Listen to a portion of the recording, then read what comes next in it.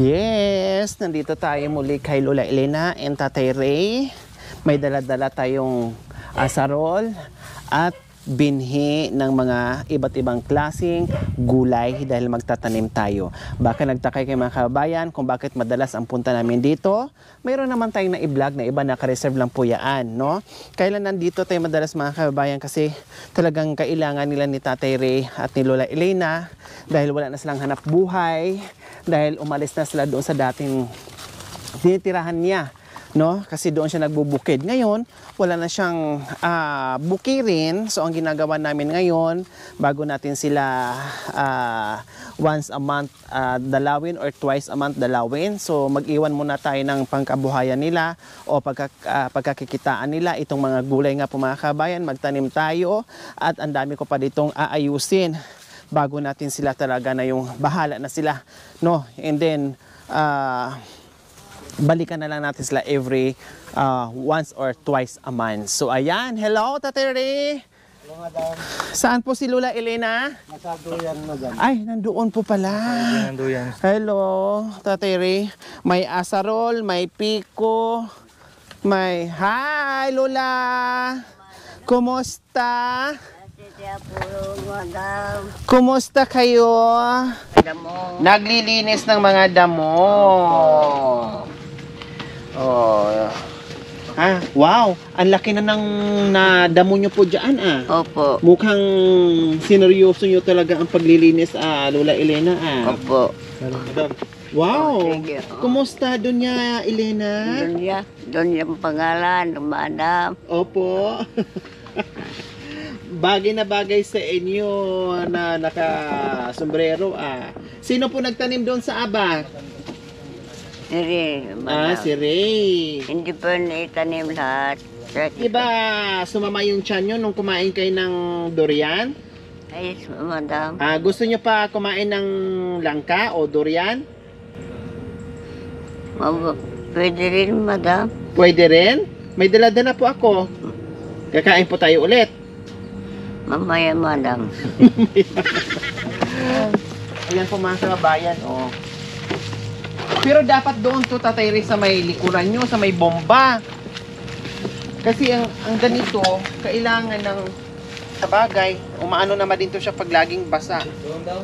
Ha? Dito sa tubigan, malaki naman. Hindi to sa tubig. Iba pa lang nasa tubigan. Iba yun madam. Guhit yung... Pag ganito, okay lang sa ganitong lupa. Ayan. Kaya nga bumili tayo ng asarol. Ito, binili natin ito nung nakaraan din. Ito, bumili na naman tayo ng asarol. Kasi gamitin. Magpurma tayo mamaya kabayan ng mga 5 kahon. Depende kung kakayanan natin para nakiprepare na dahil meron tayong 5 klaseng gulay para itanim natin. Anong gusto yung itanim natin ng mga gulay? Tarong. Tarong? Ampalaya. Sige kan po. Tarong. Sabi nyo, tarong. Ano pang gusto nyo po? Ampalaya, madam. Ampalaya.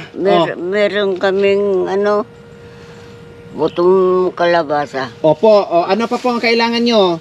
Tarong, ampalaya. Kapatid. Po? Kapatid, madam. Ano ba yung mga binabanggit nyo? Tarong, habatiti, ampalaya, mga purma talaga ni nilakay. Ano pa po? Habatiti. Wala, may habatiti tayo? Ay, patula pala. Ayun. Patula. Nabanggit nyo kanina kalabasa. May dala din po kaming kalabasa. Opo. Okay, ito sitaw. Kasi Sitaw. masarap po yan. Ito ba, tapatan eh. Kantahin nyo po yung bahay ko po. Ugot karabasa. Good crap.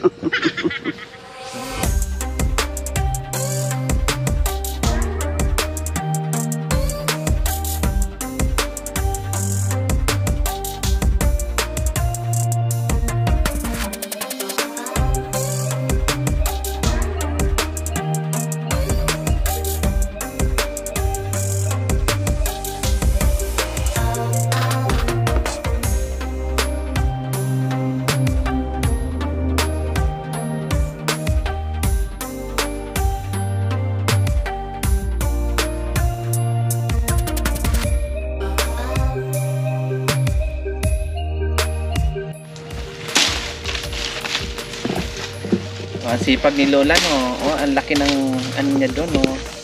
na damuhan doon mga kabayan.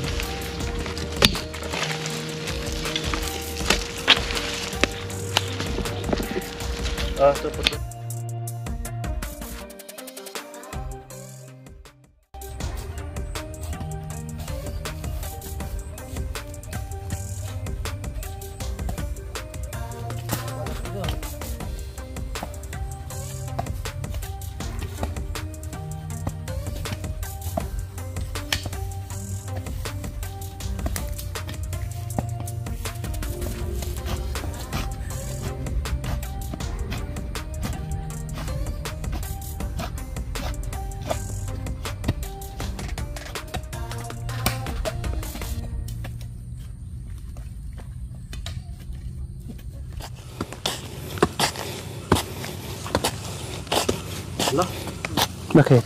Gold? Ano yan? Yan sa vlog. Basol. Malalaking vlog card. Oo. Nakakahoy. Oo, kinakain nila yun eh. Good ano yan? Mga super center. Ano? Mahal yan.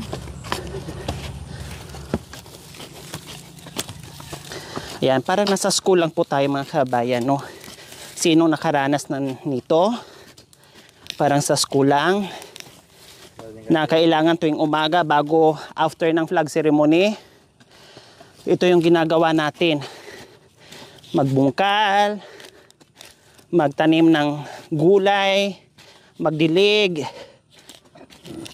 Kung napagod, pahinga. Tagay.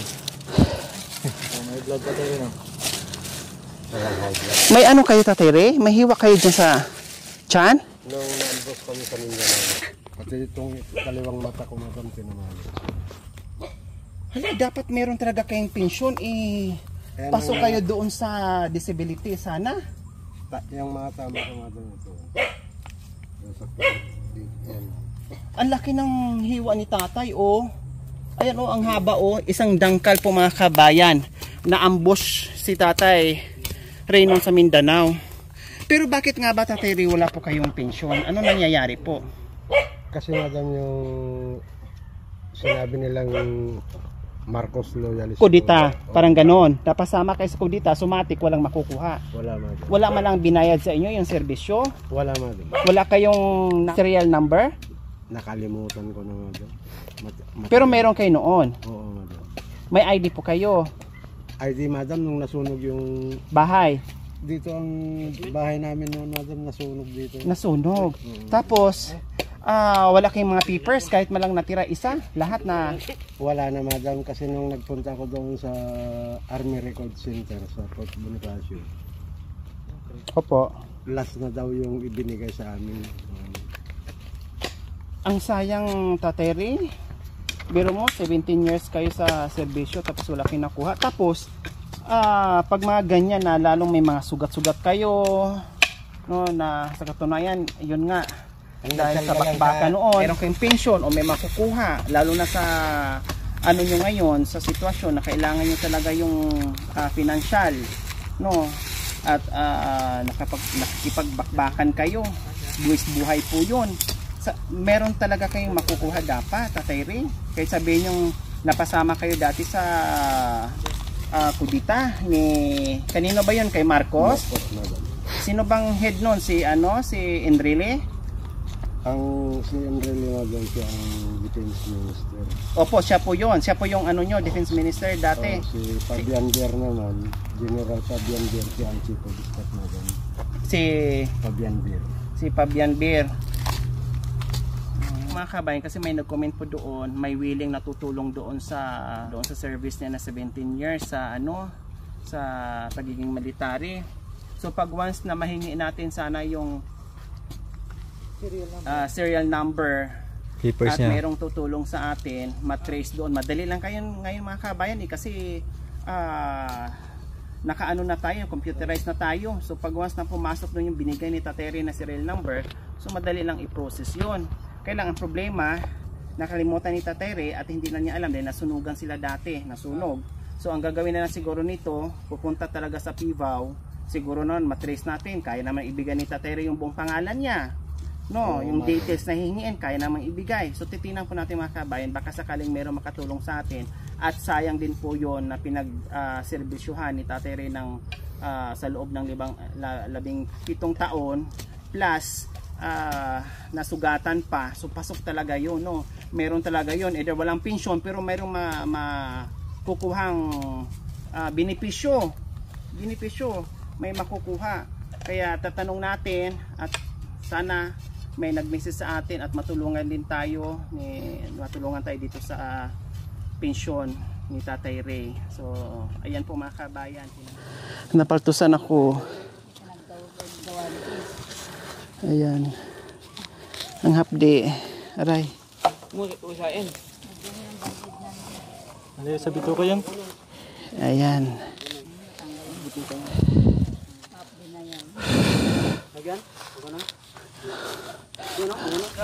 yeah. Medyo ano doon o, pakibungkal doon banda o. Sino? Yung umupo dyan o ikaw yung bungkal? Lola Elena, nakaupo lang tapos mando ng mando, samantalang kami pagod na pagod at nasugatan na. Nalapnos na yung kamay ko. Kaupo lang, bakit na ang ano? Walang bali. Naku, 2 kamay talaga mayroon na. Sobrang nipis yung kamay mo. Nag-contest ka sana. Kaya po. Ayan, meron na naman sa kabila mga kabayan. Kabilaan. O, isa. Tapos ito, meron na naman. Ayan po. Ayaw ko ng ano yun kasi mahapdi pala. Ayaw ko tagalin yung balat. Ito nyo ha, may ano po Lula, may sanga ng mangga. Huwag po kayong tumayo ng diretso. Upo. Po. Dulin!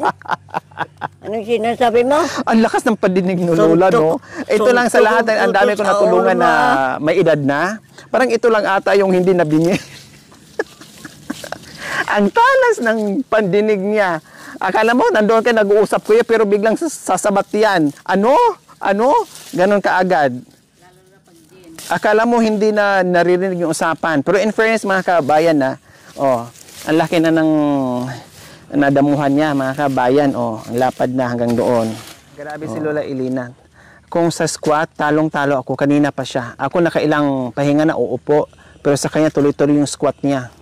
Ang galing. Tapos nakatayo pa kaagad. Ako hindi ko na kaya. Naglalak ang tuhod ko kapag natagalan ako ng squat. Pero si Lola, wala.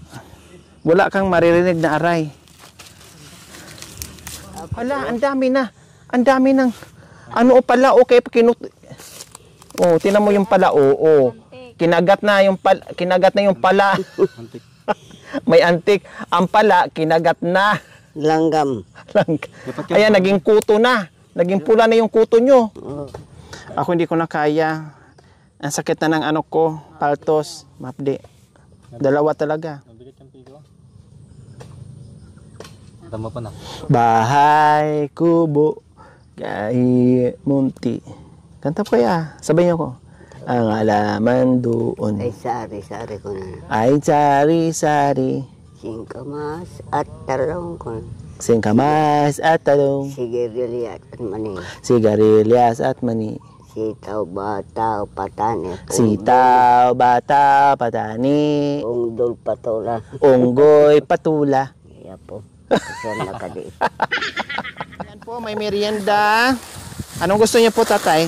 Ay, Lola. Tatay Ray, merienda po muna kayo. Anong gusto niyo po dito? Itong malambot na lang. Kasi wala kayong... kuha po kayo, Hindi pa yun na nga.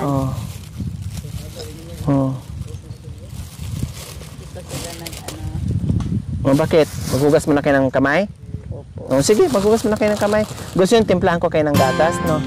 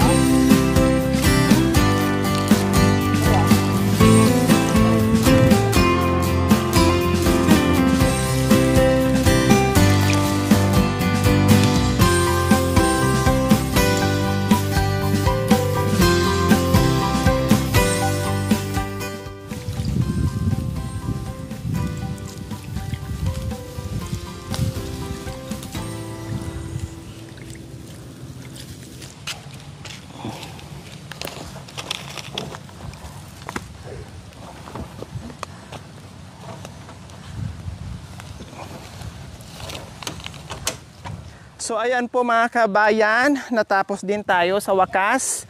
No, ilang oras natin ginawa, puspusan talaga no, yung paggawa natin dahil may hinahabol tayong ulan. Ito nga, nabutan tayo, umambon na. Tamang-tama naman din kung kailan umambon ay patapos na rin yung ginagawa natin. So meron tayo ditong talong, Picture mo ito doon nila. habatite, din yung ampalaya natin. No, nakapunla yung ibang mga kabayan kasi ililipat na lang natin. So pero itong ampalaya, direct na po yan, no? Nakatanim na yan. So lalagyan na lang namin yan ng paggagapangan niya. Tapos ito kalabasa, naka-direct na rin. Then lagyan natin dito ng gapangan niya. Lagyan natin ng poste o magawa tayo ng nylon para maayos. And then dito naman yung sitaw. Siyempre gagawan din natin ito mga kabayan. So ayan lang po, no, ang nagawa natin dahil hindi basta-basta maglinis, magbungkal at gumawa ng ganitong tawag nito kahon, no, hindi basta-basta, mahirap din po gawin mga kabayan. O kumusta Tatay Ray? Ayos yung ginawa natin? O ayos na ayos. So mga ilang araw po kaya ito Tatay Ray bago umusbong? 4 na araw, madam. 4 na araw, so kailangan bago 4 days ay makagawa na tayo ng pagagapangan niya, Oo, pag-aakyatan. Okay, sige. So babalik kami dito Tatay Ray para matulungan pa rin namin kayo gumawa ng pag-aakyatan ng mga pananim natin Tatay Ray ha. Oo, At alagaan natin Tatay Ray. Kailangan nandito man ako o wala, tuloy-tuloy ang gulay, tuloy-tuloy ang pag-aalaga. Hindi pwedeng kung wala ako ay pabayaan natin. Kung kailan nandyan na naman ako, saka na naman natin ayusin. So kailangan continuous. Nandito ako or wala, may gulay tayo Tatay Ray, no? Kasi hindi lang ito pangkain nyo o pangkain natin, pangbenta pwede rin. So magdagdag pa tayo ng pichay kasi ang pichay malaki din ang kinikita sa pichay Tatay Ray. Basta masipag ka lang, no, magawa dito pichay mga kabin, isang buong ganyan, no. Magawa tayo ng pichay tapos doon na yung doon na lang yung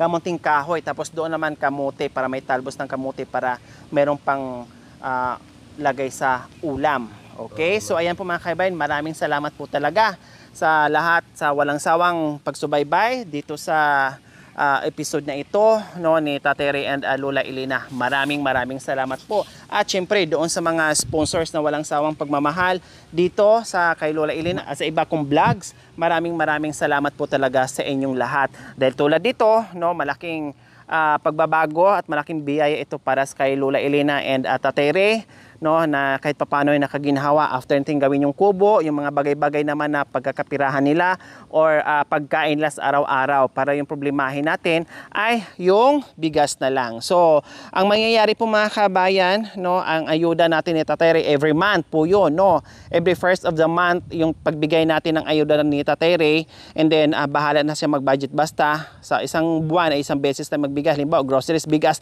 hindi naman po nila basta-basta mauubos yan. Okay? So, yun po yung gagawin natin nila ni Tatay Ray. So, gaya ng sinabi ko, kailangan naming kumilos, gumawa ng paraan kasi hindi lahat ng oras ay merong sponsor o nandiyan, no? Paano pag naubos yung sponsors? Paano pag wala nang magbigay? So, paano yung pagkain nila? So, at least meron nang naumpisahan, merong pagkakitaan at merong kakainin. Okay? So, ayan, maraming salamat po sa walang sawang pagmamahal, sa walang sawang panonood without skipping ads. Nawa ipagpalain tayo ng Panginoong Diyos araw-araw. Nawa ibigyan po tayo ng kalakasan ng katawan sa araw-araw. Nawa ibigyan po tayo ng mahabang buhay pang sa ganun. Marami pa tayong matulungan na hindi lang sila. So mga kabayan, huwag niyo pong kalimutan, paki-share and subscribe sa aking YouTube channel, Lori Aquino Talita. Maraming salamat po. God bless us all. Bye!